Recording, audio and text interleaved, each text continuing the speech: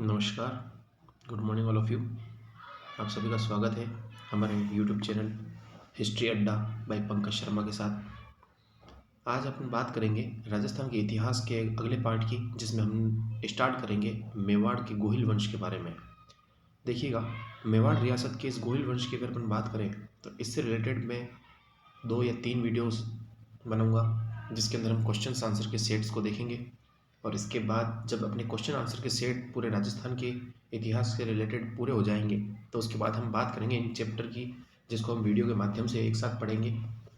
देखिएगा, इस गोहिल वंश की रियासत के बारे में जो अपन इंपॉर्टेंट क्वेश्चन आंसर की जो इस सीरीज को आज प्रारंभ कर रहे हैं, इनमें हमने 20 क्वेश्चंस जो हैं वो दिए हैं, जिसके माध्यम से हम प्रारंभिक गोहिल वंशी शासकों के शासनकाल की, उनके शासनकाल में होने वाली विभिन्न घटनाओं की और इनके द्वारा किए गए कुछ महत्वपूर्ण कार्यों की और उपलब्धियों की अपन बात करेंगे। तो आइए स्टार्ट करते हैं हम गोहिल रियासत के बारे में। उसका पहला पार्ट आपके सामने क्वेश्चन है, वो है कि मेवाड़ में गोहिल वंश का जो संस्थापक है वो कौन है। ऑप्शन आपके सामने दे रखा है, बप्पारावल, गुहादित्य, जयद्र सिंह या हमीरदेव सिसोदिया। देखिएगा, मेवाड़ के अंदर गोहिल वंश की अगर स्थापना की अपन बात करें तो इस मेवाड़ वंश में गोहिल वंश के संस्थापक के रूप में नाम आता है आपके, वो आता है किसका, मेवाड़ के गोहिलादित्य का। इसी गोहिलादित्य से मेवाड़ के इस वंश का नाम पड़ा था गोहिल वंश। ऐसा बताया जाता है कि मेवाड़ के गोहिल वंश की स्थापना जो थी वो गुहादित्य या गोहिलादित्य द्वारा की गई थी, जो गोहिल वंश का मूल पुरुष या आदि पुरुष माना जाता है। और इस आदि पुरुष अर्थात संस्थापक जनक ने ये स्थापना की थी, वो लगभग 566 ईस्वी के आसपास की थी। ध्यान रखिएगा, उनके बारे में ऐसा उल्लेख मिलता है कि गोहिल जो थे, इन गोहिलों को किसका वंशज बता रखा है, एक वीरनगर गुजरात के अंदर एक शासक हुआ करते थे बड़नगर के, जो शिलादित्य हुआ करते थे। और शिलादित्य के जो वंशज थे, उन्हीं शिलादित्य का एक वंशज था जो उनका 5वां वंशज बताया जाता है कर्नल जेम्स टोड के अनुसार, जिसने आगे चलकर कालांतर में गोहिल वंश की स्थापना की थी। इन्हीं गोहिल वंश के वास्तविक संस्थापक की अगर अपन बात करें तो वास्तविक संस्थापक के रूप में जाना जाता है आपके मेवाड़ के बप्पा रावल को, जिनका मूल नाम जो था वो कालभोज था। जबकि कोई जगह ऐसा बताया जाता है कि कालभोज की उपाधि हुआ करती थी बप्पा की, जिन्होंने आगे चलकर रावल की उपाधि को भी धारण किया था। और ये मेवाड़ के अंदर गोहिल वंश के वास्तविक संस्थापक माने जाएंगे, real founder of Gohil dynasty. Next question आपके सामने, नैन्सी ने गोहिलों की कितनी शाखाओं का उल्लेख किया है। देखिएगा, अगर अपन राजस्थान के इतिहास को बात करें तो इसमें राजस्थान के इतिहास के अंदर आपके आता है राजपूतों के संबंध में। तो राजपूतों की अगर देखी जाए तो राजपूतों की जो शाखाएं हैं, उन शाखाओं के संबंध में कर्नल जेम्स टोड और मुहम्मद नैन्सी ने उनकी 36 ब्रांचेस जो है, यानी कि 36 शाखाएं हैं, उनका उल्लेख किया है। जबकि अगर देखा जाए तो मुहम्मद नैन्सी ने अपने ग्रंथ नैनसिरी ख्यात में, उस नैनसिरी ख्यात साहित्य के अंदर इन्होंने मेवाड़ की टोटल 24 शाखाओं का जो है उल्लेख किया है। इन 24 शाखाओं का उन्होंने उल्लेख करते हुए बताया कि मेवाड़ के अंदर किस किस स्थानों पर गोहिल वंश के जो शासक थे उनका शासन हुआ करता था। नेक्स्ट क्वेश्चन है, चार्ल्समादित्य की उपाधि धारण करने वाला गोहिल शासक कौन था। देखिएगा, चार्ल्समादित्य की उपाधि की अगर अपन बात करें तो यहाँ पे एक इतिहासकार है जिन्होंने इस प्रकार की उपाधि जो है वो प्रदान की है। चार्ल्समादित्य की अगर देखा जाए तो इसको चार्ल्स मार्टल भी कहा गया है, चार्ल्स मार्टल। और ये जो व्यक्ति था चार्ल्स मार्टल, ये पहला फ्रांसीसी व्यक्ति था, फ्रांसीसी सैनिक था जिसने मुगल सेना को पराजित किया था। इस प्रकार से मेवाड़ के एक शासक हुए जिनका नाम था कालभोज। कालभोज जिनको बप्पा रावल भी कहा गया, बप्पा इनका विरोध हुआ करता था, उपाधि हुआ करती थी, जैसा कि मैंने आपको बताया था। यही वो शासक है जिन्होंने 734 के अंदर जो चित्तौड़ का दुर्ग था वो मान मौर्य को पराजित करके जीता था। और मान मौर्य को पराजित करने के पश्चात इन्होंने चित्तौड़ को मेवाड़ के अंदर शामिल किया और कालांतर में फिर बाद में इन्होंने नागदा को अपना क्षेत्र चुना और इसी नागदा को उन्होंने अपनी राजधानी के रूप में इस्तेमाल किया। कालांतर में इन्होंने अपने जो इसकी आराधना करते थे उनके रूप में नागदा के अंदर एकलिंग जी के मंदिर का भी निर्माण करवाया। तो अगर अपन बात कर रहे हैं तो चार्ल्समादित्य की जो उपाधि है वो किसको दी गई है, कालभोज को। और ये उपाधि जो दी गई है वो कही गई है सीवी वैद्य द्वारा। सीवी वैद्य जिनका नाम है चिंतामणि विनायक वैद्य, इन चिंतामणि विनायक वैद्य ने इनको चार्ल्स मार्टल की उपाधि दी है। जबकि इन्हीं कालभोज अर्थात बप्पा रावल को अन्य 3 उपाधियों के नाम से भी जाना जाता है, जैसे कि इनको कहा जाता है चकवे, इनको कहा जाता है चकवे। इनको एक उपाधि के नाम से जाना गया है एक और, वो है राजगुरु। जबकि इनको एक और कहा गया है, इनको कहा गया है मेवाड़ के शासकों को हिंदू सूर्य। ध्यान रखिएगा, राजपूत राजस्थान के इतिहास के अंदर अगर देखा जाए तो मेवाड़ का जो गोहिल वंशी शासक है, मेवाड़ के गोहिल वंश जो है, इनके शासकों को हिंदू असूर्य कहा गया है। जबकि हिंदू सूर्य की जो उपाधि है सबसे पहले वो दी गई थी चार्ल्समादित्य कहलाने वाले बप्पा रावल को, जिन्होंने आगे चलकर मेवाड़ के अंदर पहली बार सोने के सिक्के भी चलाए। नेक्स्ट क्वेश्चन अपना यही है कि मेवाड़ के अंदर बप्पा रावल द्वारा चलाए गए सोने के सिक्के किस स्थान से प्राप्त हुए हैं। बहुत ही अच्छा क्वेश्चन है, लास्ट टाइम एक पटवार एग्जाम में पूछा गया था। देखिएगा, बप्पा रावल के द्वारा चलाए गए सोने के जो सिक्के हैं वो पूछे गए किस स्थान से प्राप्त हुए हैं। तो ऑप्शन आपके सामने दे रखा है, अजमेर, बी उदयपुर, सी आगरा और डी लाहौर। देखिए, अगर अपन बात करें इनके द्वारा चलाए गए सोने के सिक्के की, तो इनके जो सोने के सिक्के हैं वो अजमेर से प्राप्त होते हैं। अजमेर से इनके द्वारा चलाए गए सोने के सिक्के से प्राप्त होते हैं, जिनका वजन बताया जाता है 115 ग्रेन।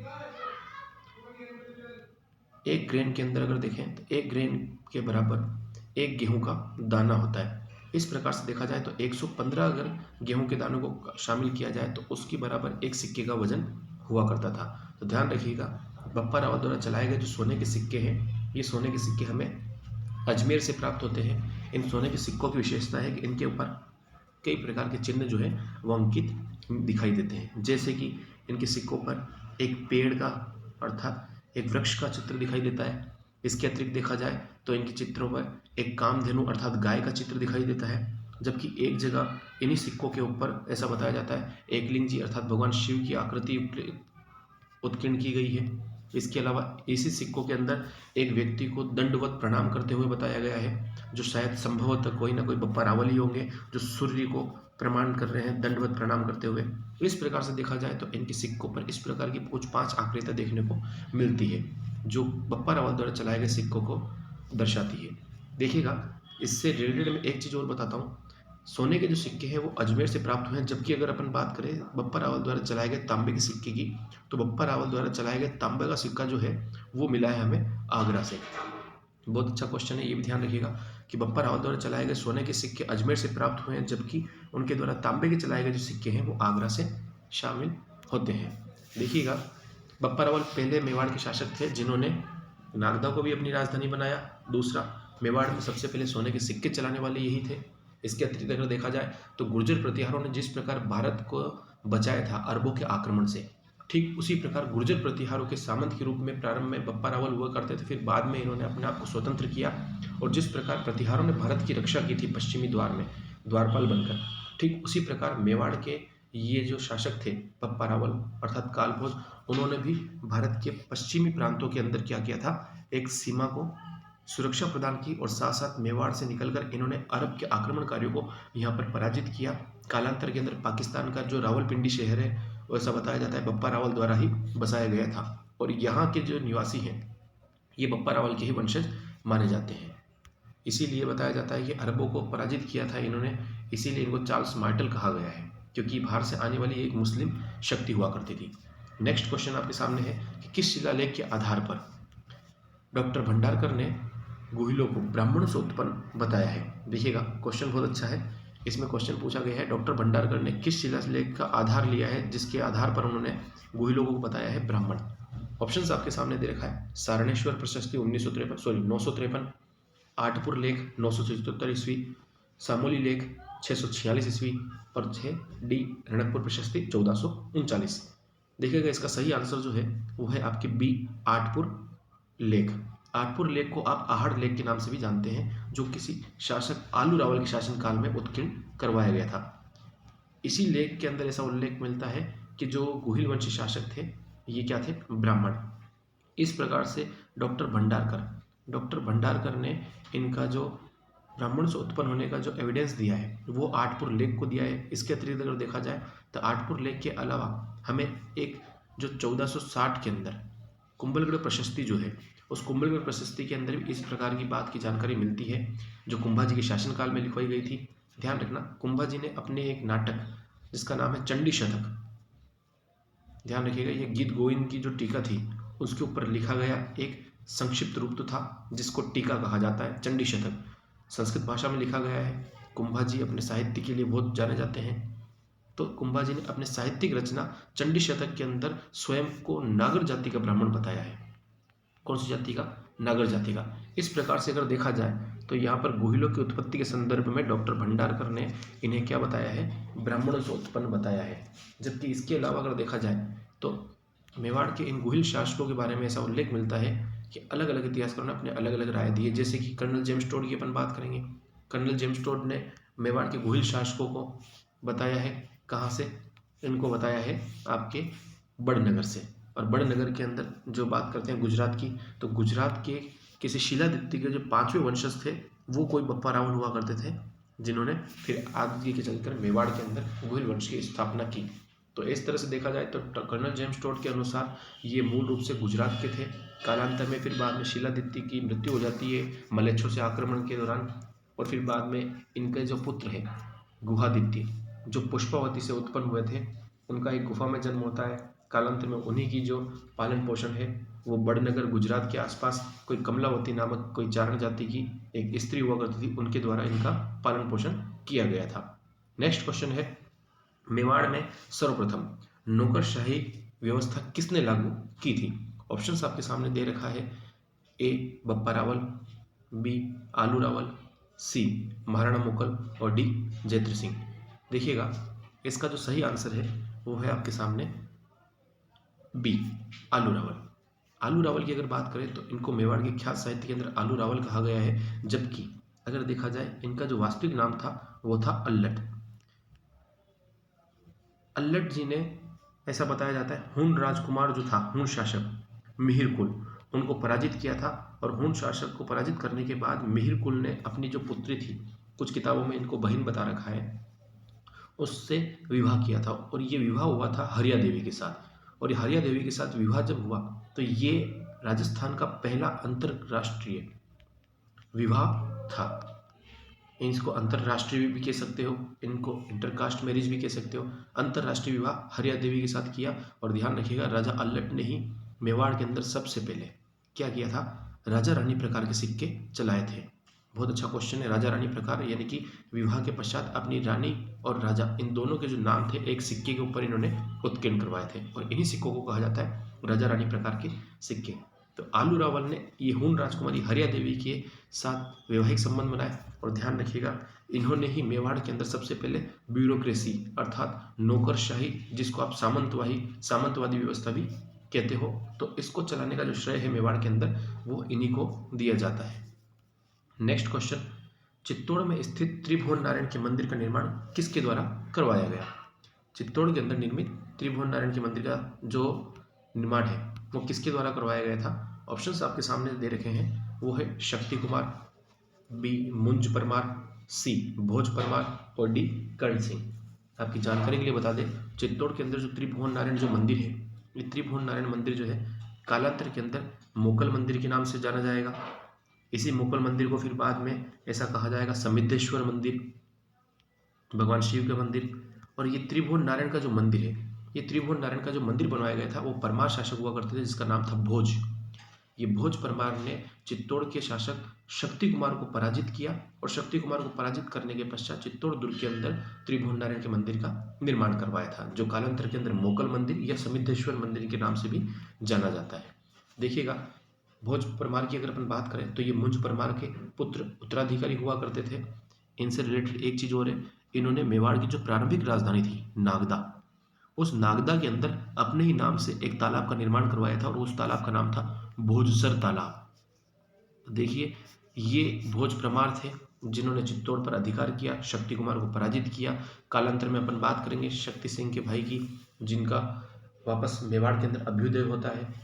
और वही फिर बाद में वापस मेवाड़ को क्या करते हैं? स्वतंत्र करके चित्तौड़ पर अपना अधिकार या आधिपत्य स्थापित करते हैं।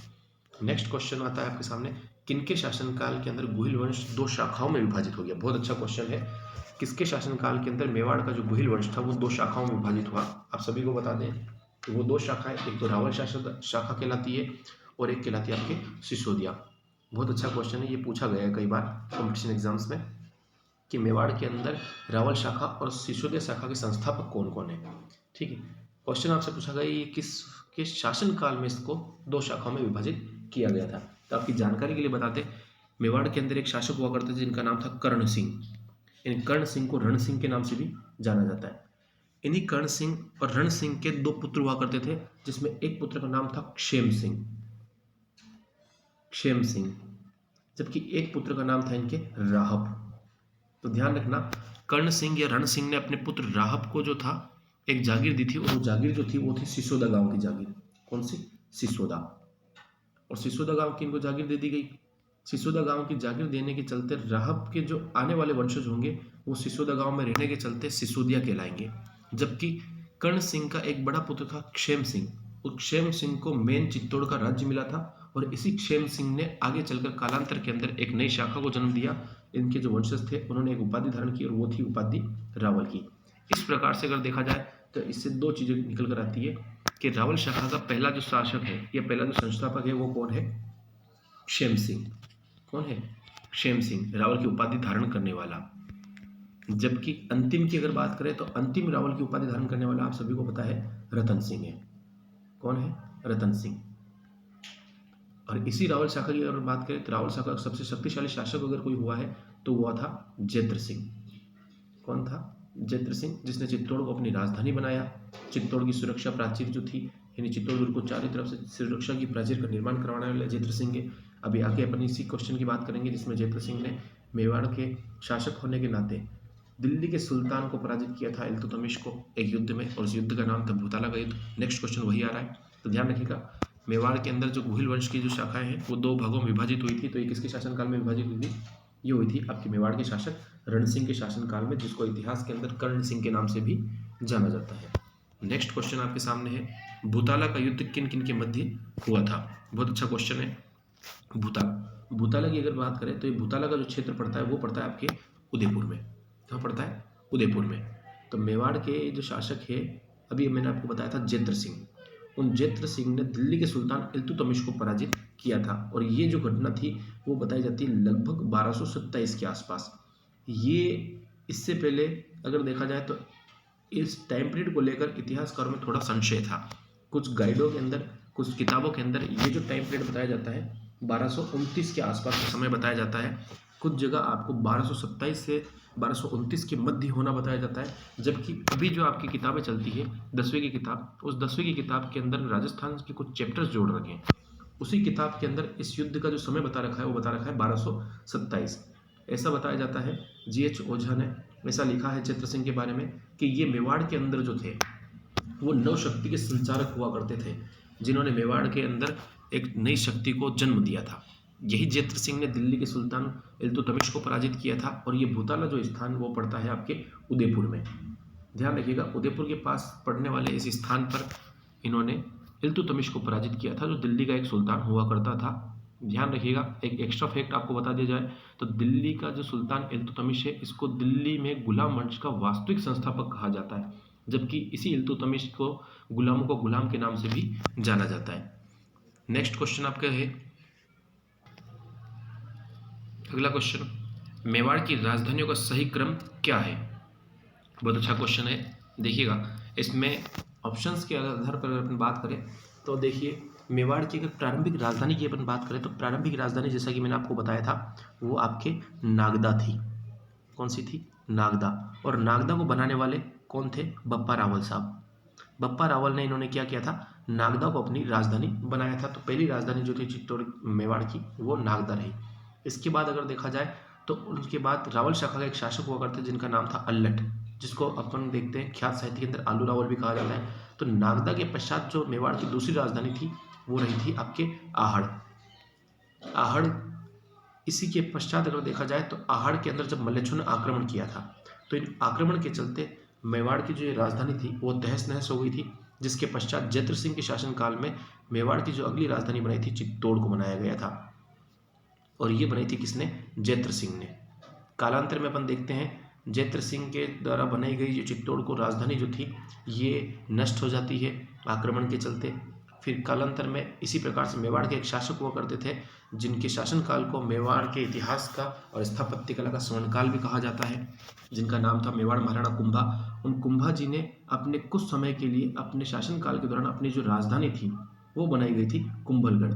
तो ध्यान रखिएगा, मेवाड़ की अगर राजधानी देखी जाए तो पर्टिकुलर एक महाराणा की तो वो रही थी कुंभलगढ़, जबकि मेवाड़ की प्रारंभिक राजधानी थी वो थी नागदा, दूसरी थी आपकी आहड़, तीसरी थी चित्तौड़, चौथी थी कुंभलगढ़ और पांचवी की अगर बात करें तो मेवाड़ महाराणा उदय सिंह ने 1559 मार्च में अपना एक नया शहर बसाया था अपने नाम से, जिसका नाम था उदयपुर। तो ये मेवाड़ की अंतिम और पांचवी राजधानी हुआ करती थी। इस प्रकार से देखा जाए तो मेवाड़ की इन राजधानियों का जो सही क्रम है वो है नागदा, आहड़, चित्तौड़, कुंभलगढ़ एंड उदयपुर। ऑप्शन 4 यानी कि ऑप्शन इसके अंदर डी जो है वो इसका सही आंसर है। याद रखिए, मेवाड़ के जो शासक हुए हैं अल्लट आलूरावल, जिन्होंने आहड़ को राजधानी बनाया, लेकिन साथ साथ आहड़ के अंदर इन्होंने भगवान विष्णु का जो एक अवतार था वराह अवतार, उस वराह अवतार के मंदिर को भी यहाँ पर स्थापित करवाया था। देखिए, वराह अवतार की अगर बात करें तो वराह अवतार से रिलेटेड मेवाड़ के अंदर देखा जाए और एक चौहान वंशी शासक की अगर देखा जाए तो ये दो मंदिर देखने को मिलते हैं। अगर देखें अजमेर के अंदर तो अजमेर में वराह मंदिर का जो निर्माण था वो अर्णोराज द्वारा करवाया गया था। काफ़ी इंपॉर्टेंट चीज़ें ये क्वेश्चन पूछे गए हैं। मेवाड़ के अंदर देखा जाए तो अल्लट ने आहड़ में वराह मंदिर का निर्माण करवाया था, जबकि चौहान वंशी शासक जो थे वो अर्णोराज थे जिन्होंने वराह मंदिर का निर्माण करवाया था। नेक्स्ट क्वेश्चन, मध्यकालीन मेवाड़ का स्वर्णकाल कहलाता है। देखिएगा, मध्यकालीन मेवाड़ का स्वर्णकाल जो है ये कहलाता है मेवाड़ के रावल जयद्रथ सिंह का शासनकाल। जैसा कि मैंने आपको बताया था कि मेवाड़ के अंदर नवशक्ति का संचारक, मेवाड़ के अंदर मध्यकालीन मेवाड़ के इतिहास का स्वर्णकाल जो है वो जयद्रथ सिंह का शासनकाल कहलाता है। और ये शासनकाल कहलाने वाले जो एक इतिहासकार है उनका नाम है दशरथ शर्मा। दशरथ शर्मा ने इस प्रकार की उपाधि इनको प्रदान की है कि मेवाड़ के अंदर नवशक्ति का संचारक हुआ करते थे। इसी बात का समर्थन फिर कालांतर में जी.एच. ओझा ने भी किया। तो ये मेवाड़ के अंदर नवशक्ति के संचारक माने जाते हैं और साथ साथ मेवाड़ के अंदर मध्यकालीन इतिहास के क्या कहलाते हैं, स्वर्णकाल कहलाने वाले एक शासक हुआ करते हैं। एक अन्य फैक्ट अगर अपन बात करें तो मैं अगला क्वेश्चन जो लूँगा उस क्वेश्चन में आएगा वैसे, लेकिन फिर भी अपन यही चर्चा कर लेते हैं कि मेवाड़ के अंदर जो जयद्रथ सिंह का शासनकाल है, इन जयद्रथ सिंह के शासनकाल में इन्होंने दिल्ली के 6 सुल्तानों के शासनकाल को देखा था। कई कबार ऐसे क्वेश्चन पूछे जा सकते हैं कि मेवाड़ के वो शासक का नाम बताइए जिन्होंने 6 दिल्ली के गुलाम वंश के शासकों का शासनकाल देखा था। तो एक जयद्रथ सिंह थे जिन्होंने इल्तुतमिश को भूताला युद्ध में पराजित किया था। इल्तुतमिश का एक उत्तराधिकारी आया था जिसका नाम रुकनुद्दीन फिरोज शाह था। इसी फिरोज शाह के बाद में इसकी बहन आई थी जिनका नाम था रजिया सुल्ताना, जो मध्यकालीन इतिहास के अंदर एकमात्र नहीं कह सकते इसको, प्रथम मुस्लिम जो थी वो महिला शासिका हुई थी। इसी रजिया सुल्तान के बाद इसका एक भाई आया था जिसका नाम था बहराम शाह। और बहराम शाह के पश्चात एक शासक और आया था जो इसका उत्तराधिकारी बना, उसका नाम था अपने अलाउद्दीन मसूद शाह। इस अलाउद्दीन मसूद शाह के पश्चात गुलाम वंश का एक अगला शासक आया था जिसका नाम था नासिरुद्दीन महमूद। क्या नाम था? नासिरुद्दीन महमूद। याद रखिएगा, इस नासिरुद्दीन महमूद के शासनकाल में ही सारी शक्तियाँ जो थी वो इसके वजीर अर्थात बलबन के हाथों में केंद्रित हो चुकी थी। और कालांतर में फिर बलबन ने बलबनी वंश की स्थापना कर दी थी गुलाम वंश के दौरान ही। इस हिसाब से देखा जाए तो दिल्ली के 6 सुल्तानों के शासनकाल को जयद्रथ सिंह ने देखा था और भूताला के युद्ध में इल्तुतमिश को पराजित किया था, जो दिल्ली सल्तनत का वास्तविक संस्थापक भी कहलाता था। नेक्स्ट क्वेश्चन है, वागड़ के गुहिलों का संस्थापक कौन था? बहुत बढ़िया क्वेश्चन है। वागड़ के अंदर देखा जाए तो वागड़ का जो क्षेत्र है वह डूंगरपुर बांसवाड़ा का क्षेत्र कहलाता है। डूंगरपुर एवं बांसवाड़ा, तो इन वाले इलाकों के अंदर मेवाड़ की एक शाखा स्थापित हुई थी गुहिलों की। तो इस शाखा का जो संस्थापक है वागड़ के अंदर, उसका आंसर क्या है? ऑप्शंस आपके सामने दे रखा है, कुमार सिंह, सामंत सिंह, तेज सिंह और राव। तो इसका जो सही आंसर है वो है आपके कौन? 1178 के अंदर स्थापना करने वाला सामंत सिंह। 1178 के अंदर सामंत सिंह जो था वो मेवाड़ से निकलकर कहाँ चला गया था? वागड़ में। और वागड़ में जाकर इन्होंने क्या कर दिया? गुहिल वंश की स्थापना कर दी। ध्यान रखिएगा, इन्हीं सामंत सिंह से अगर बात करें तो इन सामंत सिंह का जो युद्ध हुआ था वो नाडोल के एक शासक के साथ हुआ था। और नाडोल के शासक जो थे उनका नाम था कीर्तिपाल। जिसको मुनोत नेन्सी ने कीतु एक महान शासक भी कहा है। क्या कहा है? कीतु एक महान शासक। तो नाडोल के शासक हुआ करते थे कीर्तिपाल।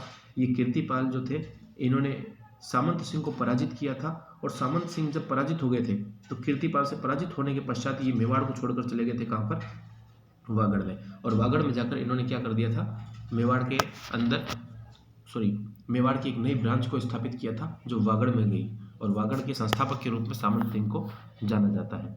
नेक्स्ट क्वेश्चन अगर अपन बात करें तो नेक्स्ट क्वेश्चन आपके सामने है, किसके आग्रह पर मेवाड़ के अंदर समर सिंह जी ने जीव हिंसा पर प्रतिबंध लगाया था? बहुत बढ़िया क्वेश्चन है। समर सिंह जी की अगर बात करें तो आगे चलकर इनके जो उत्तराधिकारी होंगे वो रावल रतन सिंह होंगे, जिनमें शासनकाल के दौरान अलाउद्दीन खिलजी मेवाड़ पर आक्रमण करेगा, और फिर बाद में मेवाड़ के आक्रमण के पश्चात चित्तौड़ को जीतकर उसका नाम खिजराबाद रख दिया जाएगा।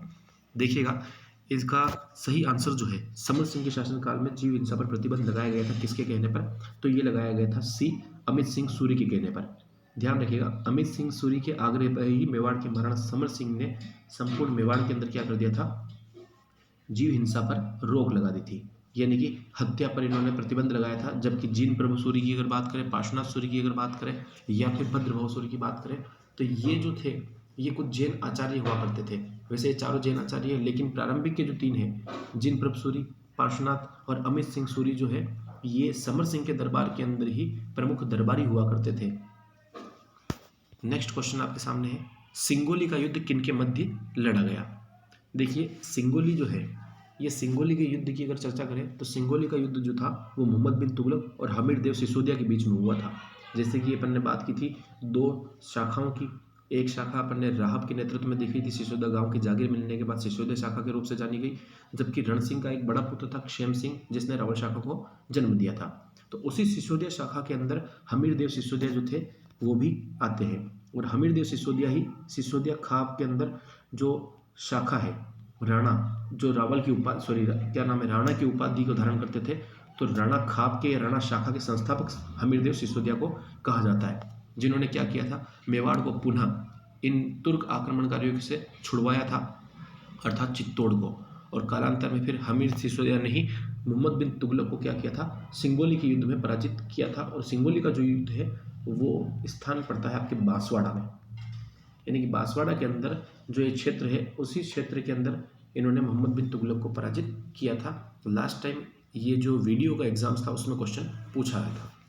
नेक्स्ट क्वेश्चन है, रावल शाखा का अंतिम शासक कौन था? जैसे कि आप सभी को पता है, रावल शाखा का अंतिम जो शासक है वो है आपके रतन सिंह, जिसके शासनकाल के दौरान 1303 के अंदर चित्तौड़ पर अलाउद्दीन खिलजी ने आक्रमण किया। और अलाउद्दीन खिलजी के नेतृत्व में यहाँ पर जब चित्तौड़ पर आक्रमण हुआ था तो कई दिनों तक इसकी सेनाएं जो थी वो चित्तौड़ को घेर कर बैठी रही। ऐसा बताया जाता है लगभग 8 माह की इनको घेरेबंदी करनी पड़ी, और इसी 8 माह की घेरेबंदी के पश्चात चित्तौड़ को इसने जीत लिया था। कालांतर में इस 1303 के अंदर चित्तौड़ के अंदर 1600 राजपूत स्त्रियों द्वारा जोहर किया गया था, और 1600 राजपूत स्त्रियों द्वारा जो जोहर किया गया था इसमें नेतृत्व किया गया था रानी पद्मिनी द्वारा, और साथ साथ रावल रतन सिंह की एक और पटरानी थी जिसका नाम मिलता है नागमती। तो इन दोनों के नेतृत्व में 1600 राजपूत स्त्रियां जो थी वो जलती चिता के अंदर जाकर अपने अस्तित्व को समाप्त कर लेती है, और चित्तौड़ को जीतने के पश्चात अलाउद्दीन खिलजी जो है वो चित्तौड़ का नाम अपने पुत्र खिज्र खां की याद में खिजराबाद रख देता है, और ये खिज्र खां जो है इसको चित्तौड़ का प्रशासक अर्थात एडमिनिस्ट्रेटर अधिकारी बना दिया जाता है। नेक्स्ट क्वेश्चन है आपके, बालक और मदान कौन थे? देखिएगा, बहुत बढ़िया क्वेश्चन है। बालक और मदान कौन थे? ऑप्शंस आपके सामने दे रखा है, तेज सिंह के सेनापति, समर सिंह के सेनापति, जैत्र सिंह के सेनापति, या रतन सिंह के सेनापति। तो देखिएगा, रतन सिंह की अगर अपन बात करें तो रतन सिंह के शासनकाल के अंदर गोरा और बादल इनका नाम आता है। जब भी अगर आप मेवाड़ के अंदर चित्तौड़ में आओ तो चित्तौड़ का जो अपना दुर्ग है, इस चित्तौड़ के दुर्ग के अंदर आपके गोरा और बादल के महल देखने को मिलेंगे। ठीक उसी प्रकार अगर देखा जाए तो बालक और मदान जो थे वो अपने मेवाड़ के एक शक्तिशाली शासक थे रावल जैत्र सिंह, उनके सेनापति हुआ करते थे। तो ध्यान रखिएगा, बालक और मदान जो थे जैत्र सिंह के सेनापति थे। नेक्स्ट क्वेश्चन है आपके, वो है भूताला का युद्ध जो था इसका वर्णन कौन से ग्रंथ में किया गया है? बहुत बढ़िया क्वेश्चन आया है। भूताला के युद्ध का जो वर्णन है वो कौन से ग्रंथ में किया गया है? तो इस भूताला के युद्ध की अपन ने चर्चा की थी इससे पहले कि भूताला के युद्ध के अंदर किसको पराजित किया गया था? इल्तुतमिश को पराजित किया गया था। और इल्तुतमिश द्वारा जो पराजित किए गए थे, इल्तुतमिश को पराजित जो किया गया था जैत्र सिंह ने, इन जैत्र सिंह और इस इल्तुतमिश के युद्ध का जो वर्णन है वो दिया गया है हमीर मद मर्दन में, यानी कि ऑप्शन ए। हमीर मद मर्दन जो नामक ग्रंथ है, इस हमीर मद मर्दन के अंदर इसके बारे में जानकारी मिलती है भूताला के युद्ध की, और भूताला के युद्ध में यहीं पर इल्तुतमिश को पराजित होना बताया गया है। जबकि इसी ग्रंथ के अंदर ऐसा भी उल्लेख मिलता है कि यहाँ पर मलेच्छों का जो स्वामी था, मलेच्छ बोला जाए तो अशुद्ध है, जो भारत से बाहर से आए, ये मलेच्छ पहले यूनानियों के लिए प्रयोग किया जाता था, कालांतर में जो मुस्लिम आक्रमणकारी आए थे उनके लिए इस शब्द को प्रयोग किया जाने लगा। तो ऐसा उल्लेख मिलता है कि मलेच्छों का जो स्वामी था, मलेच्छों का स्वामी बोला जाए तो गुलाम शासक इल्तुतमिश, वो स्वामी भी जो था वो जैत्र सिंह के मान का मर्दन नहीं कर सका, यानी उनकी जो प्रतिष्ठा थी उसको नहीं गिरा पाया। इस प्रकार से देखा जाए तो इनके दोनों के बीच में होने वाले इस युद्ध का जो वर्णन है वो किसमें दिया गया है, हमीर मद मर्दन में। नेक्स्ट अगर अपन ग्रंथ की बात, नेक्स्ट क्वेश्चन की अगर बात करें तो नेक्स्ट क्वेश्चन जो आपके सामने है वो है जैत्र सिंह। जैत्र सिंह यानी कि जैत्र सिंह का जो शासनकाल है 1213 से लेकर 1253 ने कितने सुल्तानों का शासनकाल देखा, इसके बारे में मैंने पहले आपको चर्चा कर दी थी, 6 सुल्तानों का। नेक्स्ट क्वेश्चन है आपके, राजस्थान का भीष्म पितामह कहलाता है। राजस्थान का भीष्म पितामह कौन कहलाएगा? ऑप्शंस आपके सामने दे रखा है, रावचूड़ा, कुंवरचूड़ा, उदयकरण या भामासा। तो देखिए मेवाड़ के अंदर देखा जाए तो कुंवरचूड़ा जो थे, कुंवरचूड़ा जो थे ये मेवाड़ के भीष्म कहलाते हैं। रीजन ऐसा है कि मेवाड़ के एक महाराणा जी हुए थे जिनका नाम था राणा लाखा। इन राणा लाखा ने लगभग 80, कुछ किताबों के अंदर शायद इनकी उम्र जो बता रखी है वो 63 या 67 के आसपास बता रखी है। तो कुल मिला के वृद्धावस्था के अंदर राणा लाखा जी ने हंसाबाई के साथ विवाह किया था, और हंसाबाई के साथ जब विवाह किया तो यहाँ पर हंसाबाई और दोनों के विवाह से पहले एक शर्त रखी गई थी, और शर्त रखी गई थी कि इन दोनों से जो संतान उत्पन्न होगी वो मेवाड़ का अगला उत्तराधिकारी बनेगी। तो पिता के लिए इन कुंवरचूड़ा ने एक प्रतिज्ञा ले ली थी, और प्रतिज्ञा ली थी कि वो आजीवन ब्रह्मचर्य का पालन करेंगे। लेकिन यहाँ पर आजीवन ब्रह्मचर्य का पालन नहीं किया जाता, क्योंकि भीष्म के द्वारा भीष्म अर्थात कुंवरचूड़ा द्वारा आगे चलकर सलुम्बर का एक ठिकाना जो मिलेगा वहाँ पर एक पूरी की पूरी एक ब्रांच आती है, चुंडावत शाखा। ये चुंडावत जो है ये सारे के सारे इन्हीं के वंशज है। लेकिन यहाँ पर इन्होंने क्या किया था, भीष्म के समान एक प्रतिज्ञा ली थी, वो की थी कि मेवाड़ के वो आजीवन पद पर कभी नहीं बैठेंगे, गद्दी पर नहीं बैठेंगे, जबकि मेवाड़ के ऊपर जो शासक बनेगा उनके सहायता के लिए, उनके प्रशासक के रूप में उनकी सहायता करेंगे और स्वामी भक्त रहेंगे, यानी कि एक संरक्षक का वो कार्य करेंगे। तो इन्होंने ये जो प्रतिज्ञा ली थी, जिस प्रकार उन्होंने ये प्रतिज्ञा ली तो अपने पिता के लिए इन्होंने अपने राज्य को भी त्याग दिया था। इसीलिए इन कुंवरचूड़ा को मेवाड़ के अंदर भीष्म के पितामह के नाम से भी जाना जाता है, लेकिन साथ साथ इनको पितृभक्त भी कहा जाता है। क्या कहा जाता है? पितृभक्त चूड़ा। पितृभक्त चूड़ा क्यों? क्योंकि पिता के लिए इन्होंने अपने राज्य का परित्याग कर दिया था। ठीक वैसे ही जैसे कि पिता के लिए श्री राम जी जो थे उन्होंने दशरथ को छोड़ दिया, और फिर बाद में कालांतर में राज्य का त्याग करते हुए उन्होंने 14 वर्ष का वनवास भी ले लिया था। ठीक इसी प्रकार अगर देखा जाए तो मेवाड़ के अंदर ये कुंवरचूड़ा थे जिन्होंने आगे चलकर भीष्म पिता के माँ के रूप में जाने लगे। नेक्स्ट क्वेश्चन अगर हम बात करें, राणा मोकल की हत्या किनके द्वारा की गई थी? देखिए इस क्वेश्चन की मैंने ऑप्शन दिए नहीं है, लेकिन फिर भी आपको बता दें कि राणा मोकल जो थे इनकी हत्या की गई थी मेहपा पंवार के कहने पर। दो व्यक्ति थे, एक का नाम था चाचा और एक का नाम था मेरा, जिन्होंने क्या किया था, लगभग 1433 के आसपास जो है मेवाड़ के राणा मोकल की हत्या कर दी थी। और ये हत्या की गई थी जिलवाड़ा की नाल। कहाँ पर की थी? जिलवाड़ा की नाल अर्थात उदयपुर के आसपास। तो जिलवाड़ा की नाल के अंदर इनकी हत्या कर दी गई थी। और फिर बाद में देखा जाए तो जिलवाड़ा की नाल जो है पाली के आसपास के क्षेत्र में पड़ती है, बहुत तंग दर्रा है। तो मोकल की हत्या कर दी, और ये मोकल जो है ये वही है जो वृद्धावस्था के अंदर उत्पन्न हुआ था। किनके साथ? लाखा जी और उनकी पत्नी हंसाबाई के साथ। कालांतर में फिर इन्हीं राणा मोकल का एक पुत्र होगा जो मेवाड़ के इतिहास के अंदर सबसे महत्वपूर्ण अध्याय लिखेगा, जिनका नाम था मेवाड़ महाराणा कुंभा। तो देखिए ये आज अपने जो क्वेश्चंस थे उन क्वेश्चंस आंसर्स को देखा। अपने नेक्स्ट मेवाड़ की जो सीरीज आएगी उसके अंदर हम आने वाले अगले शासकों के बारे में चर्चाएं करेंगे। आज के इस क्लास को हम यहीं समाप्त करेंगे। वीडियो प्लीज़ लाइक कीजिए, चैनल को सब्सक्राइब कीजिए, और अगर आपको लगता है कि इस क्वेश्चंस आंसर्स के अंदर कुछ त्रुटि हुई है तो प्लीज़ कमेंट करके हमें इस बात से अवगत कराएं। इसी के साथ इस क्लास को आज यही समाप्त करते हैं। आप बने रहिएगा हमारे यूट्यूब चैनल के साथ। जय हिंद, जय भारत।